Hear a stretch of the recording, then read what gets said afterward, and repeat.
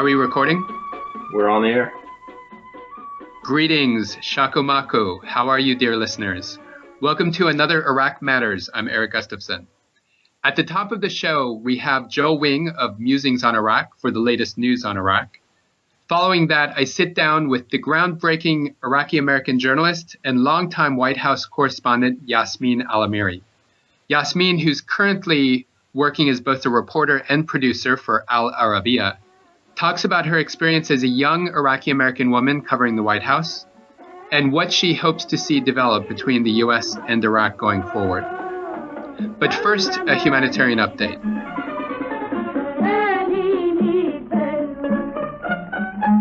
Winter is coming. In fact, here in Swamp Poodle, Washington, D.C., just outside my window, we're seeing the first snowflakes fall. In the Middle East right now, in Iraq, across the region, the rains began in early November, and the temperatures are plummeting, especially at night. Millions of displaced Syrians and Iraqis are facing freezing temperatures, flooding, hypothermia, and disease. In some areas which are difficult for aid agencies to access due to ongoing fighting, especially inside Syria, families are also facing critical shortages in fuel, medicine, food, and other basic necessities. To look into the humanitarian challenges of assisting Syrian refugees, specifically in Iraq, as they prepare for what is expected to be a very harsh winter, EPIC commissioned two talented freelance journalists currently based in the Kurdistan region of Iraq, the journalist Kathy Otten and the photographer and journalist Jacob Russell. Kathy and Jacob report on conditions that urban-based refugees are facing in Erbil and Sulaymaniyah, and also conditions at two Syrian refugee camps, the Kawagas camp outside Erbil and the Arbat camp outside Sulaymaniyah. You can read their full report and see photos at epic-usa.org. Right now, UNHCR is trying to raise $4 million and remains more than $1 million short of what it requires to meet the humanitarian needs of Syrian refugees. You can help. Go to www.unrefugees.org/donate to help Syrian and Iraqi refugees and other refugee populations in need. Your donation can make the difference of whether or not a family sleeps tonight in the cold. Please keep these families in your thoughts this holiday season, and thank you for sharing our appeal and special report. Again, that special report is available at EPIC's website. Here's a quick campaign update. Last month, Iraq was briefly on the agenda here in Washington, D.C., with the November 1st meeting between President Obama and Prime Minister Maliki. On November 14th, the U.S. House Subcommittee on Middle East and North Africa held a hearing with U.S. Deputy Assistant Secretary for Iraq and Iran, Brett McGurk. He testified, the U.S. will stand ready to work with all parties as appropriate to narrow areas of disagreement and build on areas of common ground. We will continue to look for that progress, including steps to address the escalating violence and evidence of a long-term commitment to supporting Iraq's peace and development. As you may know, the organization behind this podcast, the Education for Peace in Iraq Center, also known as EPIC, is hosting a petition on change.org urging President Obama and Congress to support a long-term strategy for peace in Iraq. That petition now has 7,700 signatures. Here are a couple comments from recent signers. Joshua from Sonora, California writes, the United States created a power vacuum when I left Iraq. It needs to create a new Marshall Plan in order to sustain the transition to a healthy state, no matter the immediate economic benefits to us. Sometimes doing the right thing requires that we remember that at one point we did the wrong thing. And from Diwania, Iraq, Hussein offers the following. For every child who has lost his parents, put Iraq back on the agenda. For more reasons to sign and share our petition, visit iraqmatters.org. Let's get to our goal of 10,000 signatures together. Again, that link is www.iraqmatters.org. Shukran, Zorzor Spas, and thank you, dear listeners. And now to Chris, who talks with Joe Wing for the news on Iraq.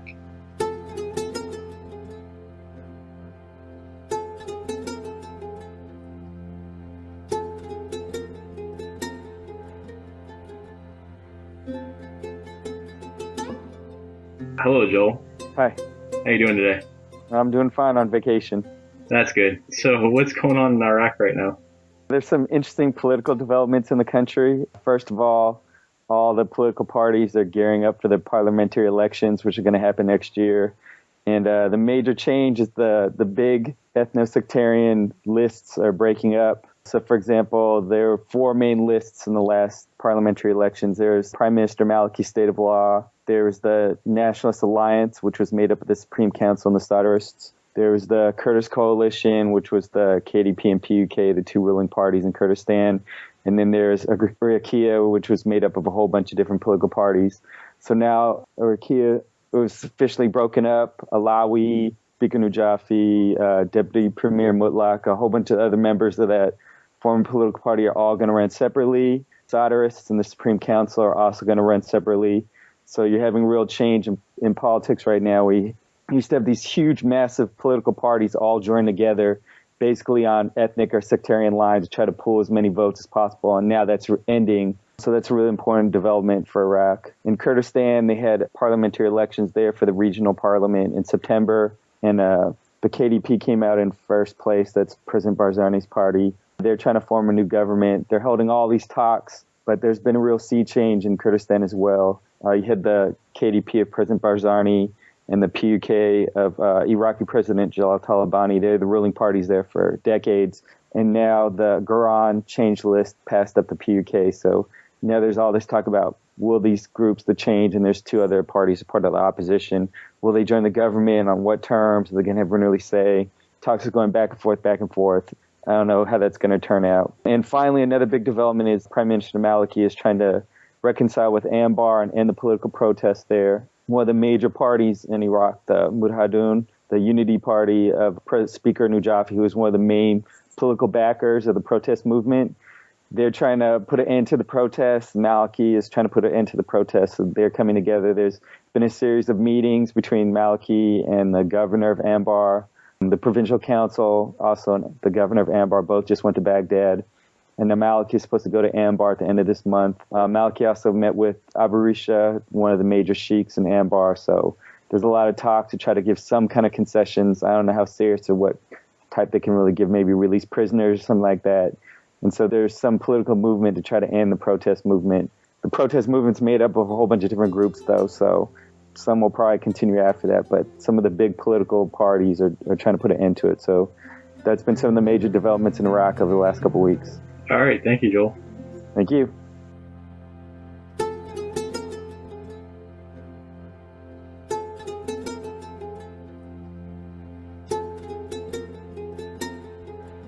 Thank you, Joel and Chris, for that Iraq update. Now rejoin my conversation with our special guest, Yasmeen Alamiri. So Yasmeen, tell us a little bit about yourself and how you got started as a journalist.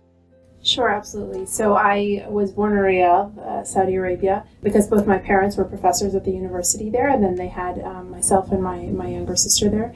But my parents are both from Iraq. My dad is from Basra, my mom is from Baghdad. And interestingly enough, one is Sunni, one is Shi'i, which now in the politics du jour is like unheard of, unfortunately. Yeah. But I left Saudi very young, and we came to the U.S., so I was raised in the United States. I was a little weird in the way that when I was 9 years old, I told my parents I'm going to be a journalist, which for Arab parents that really want their children to go into medicine or to become a lawyer, that was like heartbreaking for them, but I was very headstrong. Yeah. So since then I pursued it. When I was in high school, I moved to France for a little bit, and I worked for a TV station in France, and then I came back here, obviously.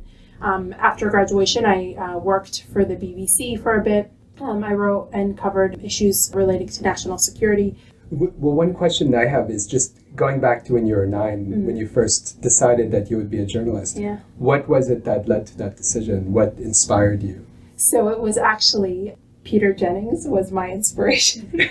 That was my celebrity crush as a small child, which reflects on my level of coolness. But I think it's because he spoke a lot about the Middle East. Uh-huh. And I remember at that time we were living in Northern Virginia, which is pre-9/11 world. No one really understood what it meant to be Arab or why I looked the way I looked. I had dark skin and dark hair and really big eyebrows, and there was like no understanding of why I looked that way. And a mother that wouldn't let me, trim my eyebrows, so I was just devastated. And so I began thinking, like, why do I look so different, and why am I from the Middle East, and what does this mean?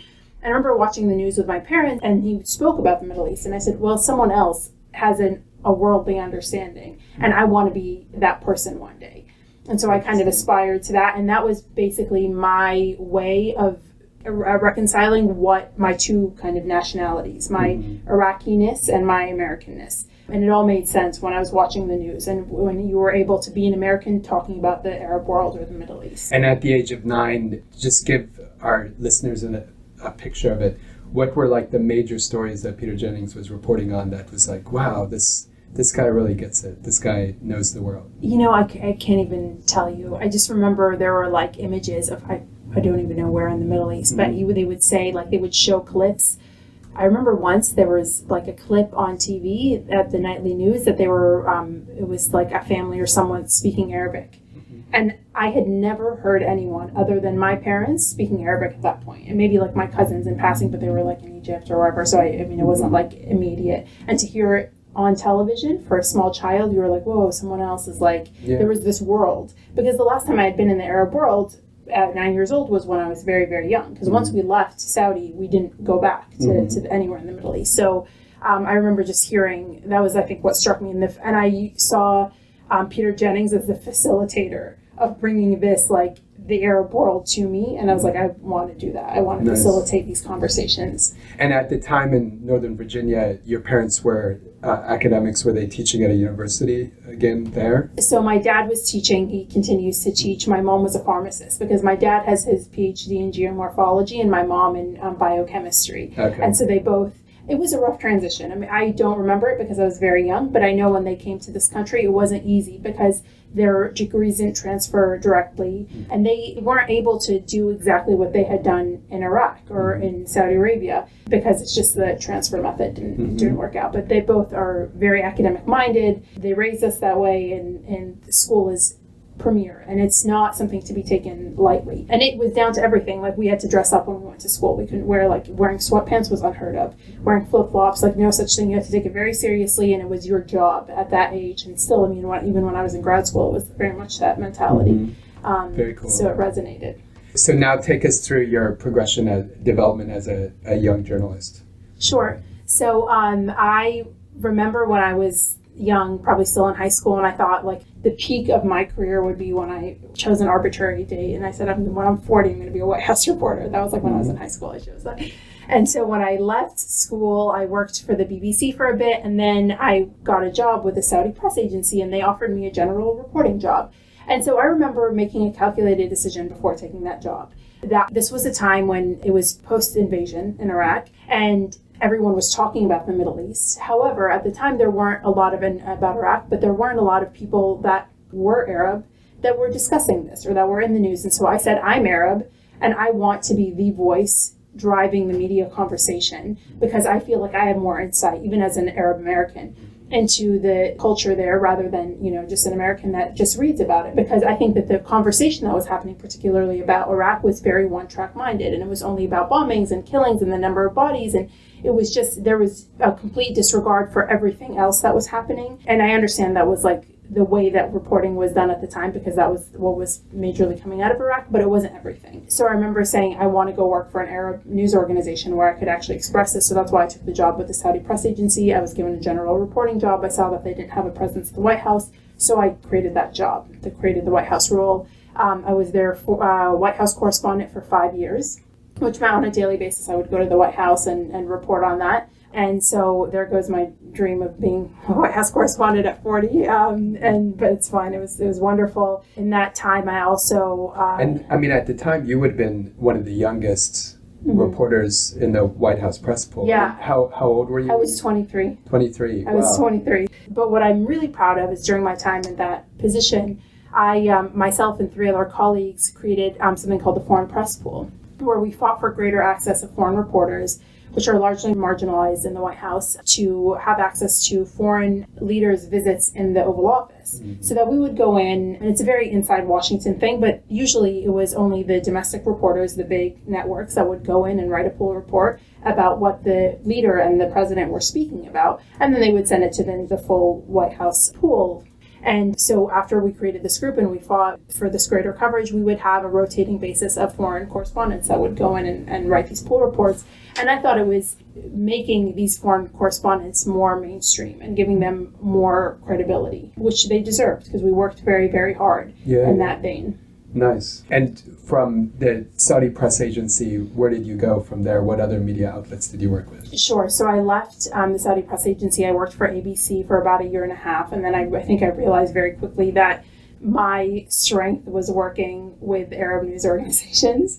I think part of me functions within those contexts better. I also enjoy working in Arabic. I mean, that's just something that I love, and it reminds me of everything that I think makes me me. So I'm now with Al-Arabiya. It's fairly new. I've been there for like less than 6 months, but yeah, I'm enjoying it, and I like the idea of reporting on foreign policy. And they give you more freedom to not just do news of the day, but also more cultural stories and things like that are... And you're not only doing some of the reporting and covering stories and covering the White House at times, but you're also producing stories. Is that true? Exactly, yeah. So then I help facilitate the coverage of different stories. So that's what I like, is it's a very creative job. It helps you kind of, I can like look at anything. I mean, there's stories that we do inside DC, there's stories that we do abroad, there's stories that, I mean, focus on food or politics, or I mean, it's anything and everything. And so I like the fact that I have to think every day, and I have to really like be tuned into everything that's happening, both here and abroad. So tell us what it's like with your background being Iraqi and being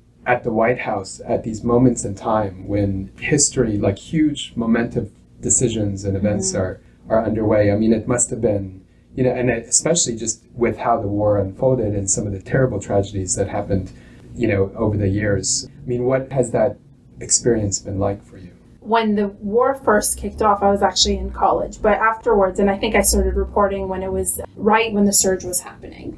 And so I remember, and of course, like, bear in mind, I'm a very new journalist. This is my first real legitimate reporting job. So I was still struggling, but you learn in journalism school and all these things that you have to remain unbiased. But I remember them saying, like, them being the White House, saying that the surge is working, and we're freeing the Iraqi people, and we're giving them the democracy that they've always wanted.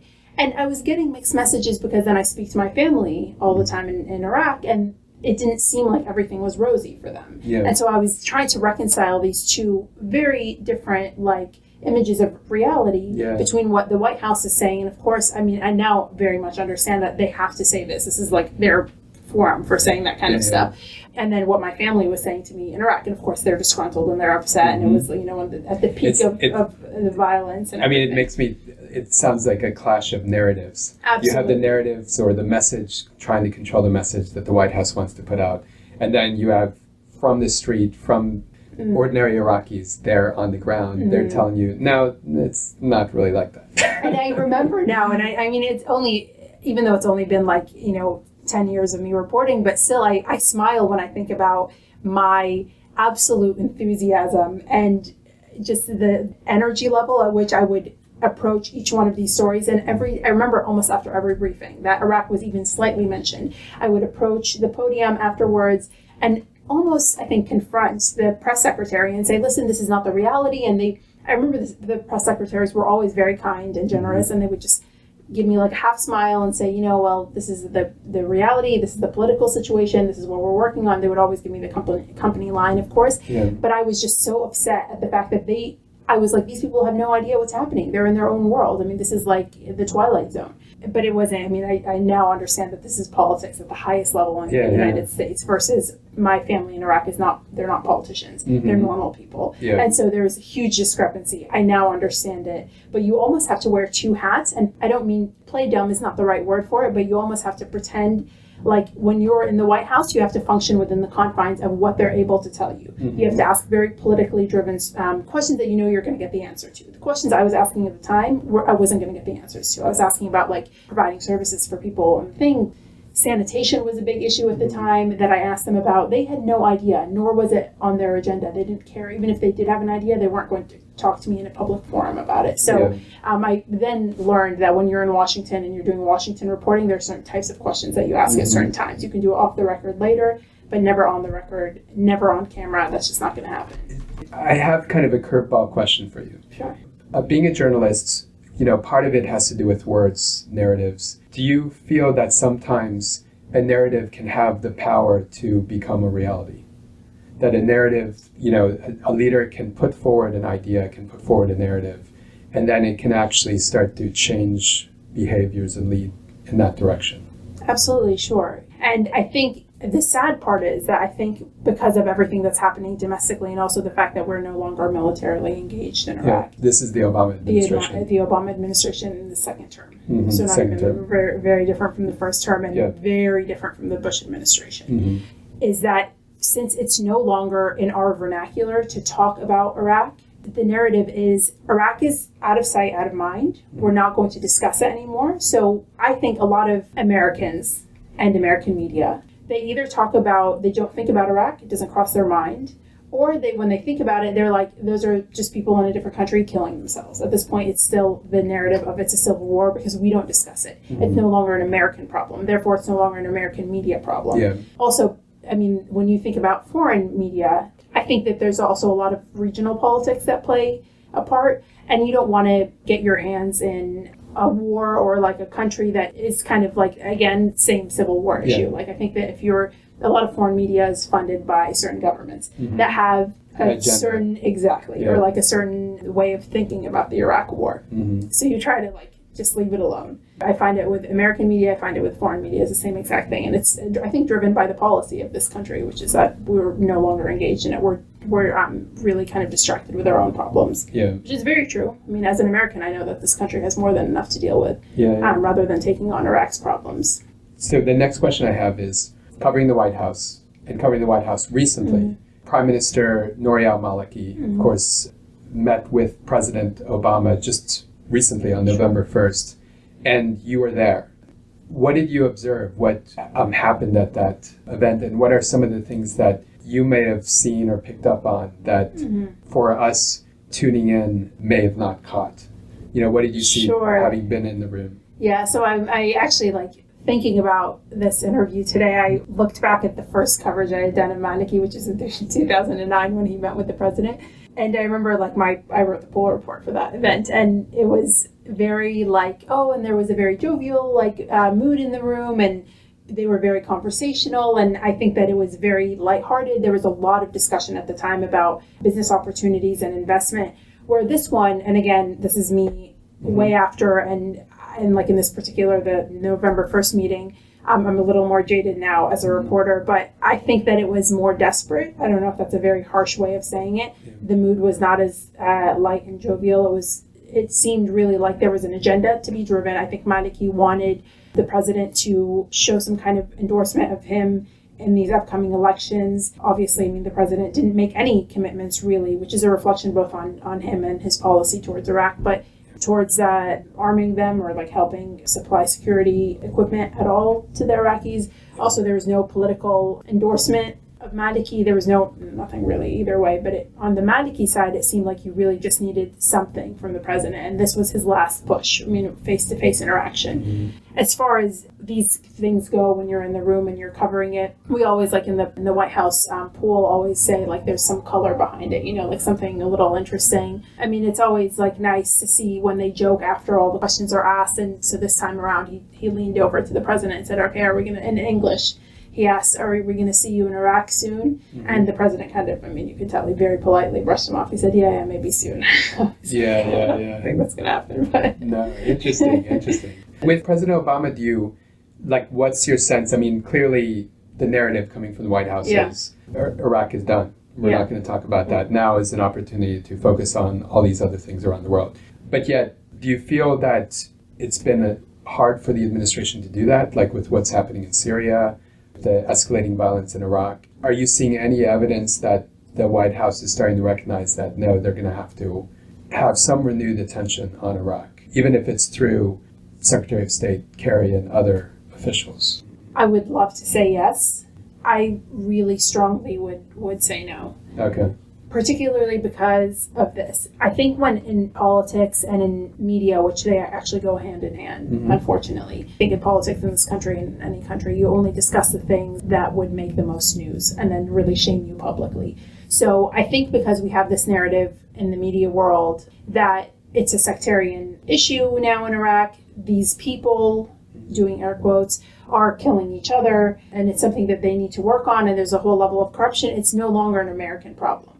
So when we have that, and it's a self-sustaining narrative, it's not an American issue anymore. We're no longer trying to clean up the mess that America made. It's no longer like we're bringing democracy to the Iraqis. Yeah. It's we brought them this, they messed it up, or they're dealing with it, or they're trying to work it out, or whatever the other iterations of it is. And we can send niceties, like in exchange niceties in these meetings, and we'll continue to have phone calls. I think the vice president makes regular phone calls to Maliki and the Iraqis, but is it an investment? Do I see a change in the level of engagement that we have in Iraq? Absolutely not. I don't think so at all. And I think that the whole issue in Syria, and definitely now on the forefront is Iran, I don't think is going to spark any major overtures to Iraq. I think it's going to maybe ask for a little more behind the scenes communications between like our Secretary of State and their foreign representatives. But I don't think it's going to be anything like a big push. I think we're going to deal with the Syrian issue one-on-one. I think we're going to deal with the Iranian issue one-on-one. I don't think it's going to be something that we would include Iraq in right now. I think that kind of muddies the waters. Yeah, interesting. But in terms of trying to improve the situation in Iraq, what would you like to see? What narrative would you like to see coming out of the White House? This is something I've asked them a lot, which is what is the holdup, basically, for lack of better articulation, on investing diplomatically in Iraq, rather than making it a military solution, or rather than making it a political solution. Obviously, I mean, anyone that's a political watcher understands that there's a huge political situation happening in Iraq that needs to be addressed, or nothing else is going to fall into place. However, I'm not someone that puts a heavy weight on politics ever being the root of anything good in the country, especially in Iraq. And so I think that in my best case scenario is if the U.S.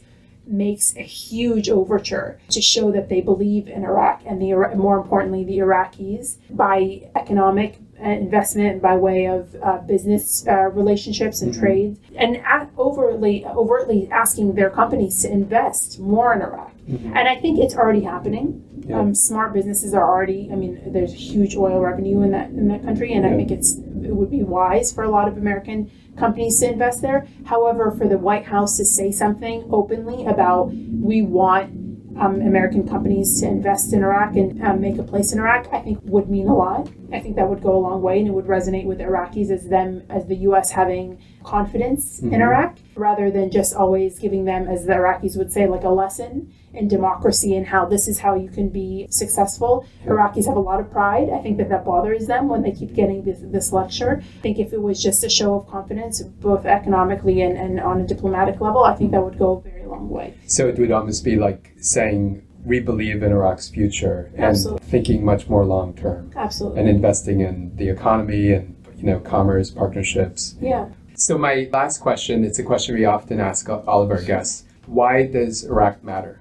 Well, it's hard. Let me take a moment of not making it so personal, but it matters for me and so many other people like me, because this is what we know of our families.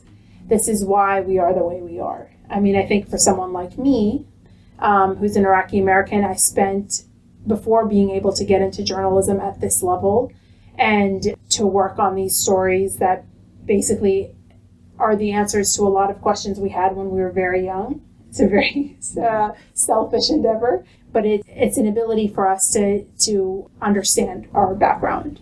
Why does it happen for the greater community? I think Iraq politically and strategically is very, very important. It's also a cultural, I don't know what the word is in English, but it's We'll give the word in Arabic. It's regarded as a cultural Mecca. That's a lot of people of any generation always know that Iraq is the place of academia and of culture and of poetry and art. And also, if you were to ask my dad, he would also say that the resources, it's so rich as far as resources, and we only think about it in forms of oil, which is also very true, but also in their land and their dates. My father authored an entire book about the date trees in Iraq and how they're so rich in that they have the greatest diversity of dates in the region. And that's, I mean, there's so many different things at every level at which they're very important and should not be overlooked. I think it's a tragedy, and probably the greatest political tragedy right now, that we think of Iraq and we chalk it up as only a country at war, or these people that are kind of barbaric and killing themselves over these differences within their own religion. I think to think of Iraq that way and to marginalize them is so one-dimensional. I think it should continue to be on our minds. I think it's something that we should continue to work to help Iraqis, not in a paternalistic way. We should invest in Iraq. There's so much to be invested in. I think that if they see this confidence, then they will reciprocate. I think it would be great. Thank you so much. It's been wonderful talking with you. Thank you so much for having me. I appreciate it.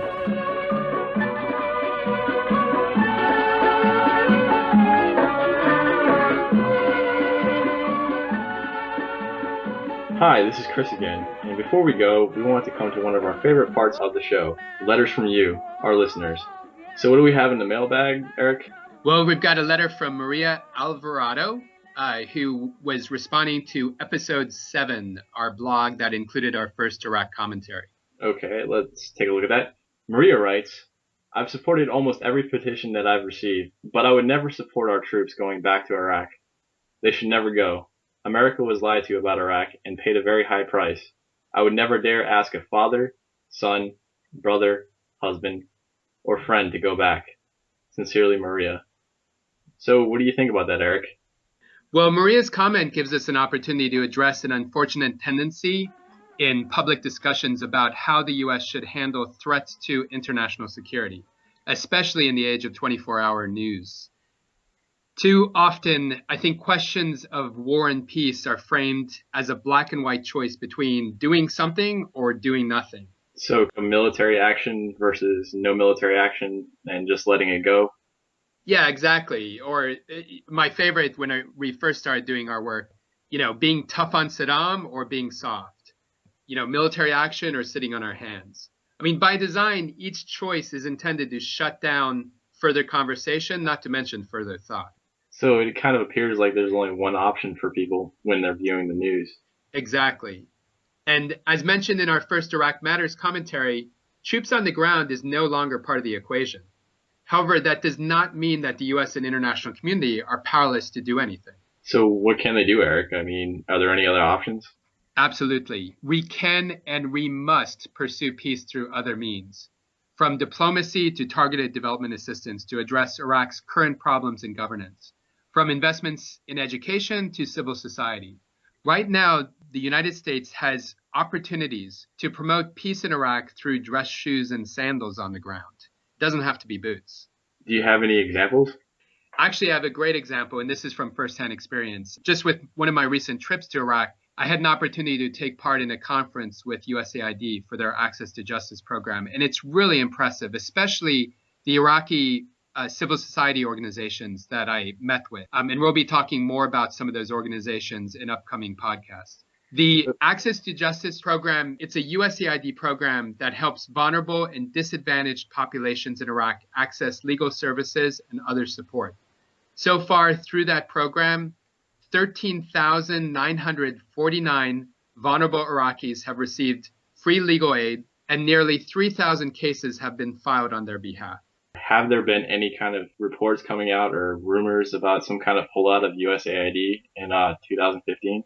Yeah, there have. I mean, just imagine a program like Access to Justice is scheduled to end in 2015, and USAID is pulling out, which will end other important programs that are having an important impact there on the ground. It doesn't make a whole lot of sense, especially with the escalating violence, with Iraq's current governance problems, and while millions of Iraqis remain vulnerable and displaced, most of whom were affected by a war that the United States started. That war was our choice, not theirs.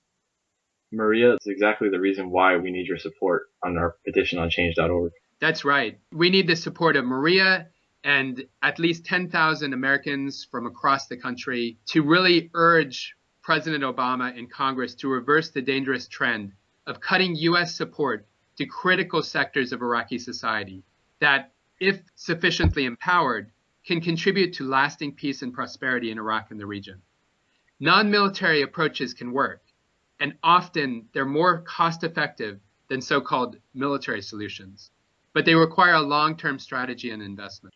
To sign and share our petition on change.org, please visit www.iraqmatters.org. That's right, Chris. You know, we've been hearing from a lot of Americans from across the country and a lot of Iraqis, as well as others from different parts across the globe. I want to share 2 letters that are coming from Iraqis inside Iraq. This one comes from Hassan Abbas. I am in Baghdad for some meetings and writing to appreciate and salute your efforts. Thanks for that, Hassan. And from an engineer, a gentleman named Haider, writing from Diwania. With increasingly terrible attacks on civilians, I strongly believe in change and making a difference. And there are a lot of young people here who have ambitions of doing more for peace. Thanks a lot for that, Haider. I think it's important to remind a lot of people here in Washington that there are a lot of people there on the ground who can make a critical difference with more support. So, do you have any questions, comments, or stories about Iraq? Do you want to share them? Well, send us an email to info@epic-usa.org or send us a tweet using the hashtag Iraq Matters. And as always, you can find us on Facebook. One last thing before we go. Please share Iraq Matters, our podcast, with your friends and family. And you can vote for us at podcastland.com. Again, that's podcastland.com by searching for Iraq Matters. Vote for us and help us reach an even wider audience. This has been Eric Gustafson and Christopher Sullivan, reminding you that Iraq matters.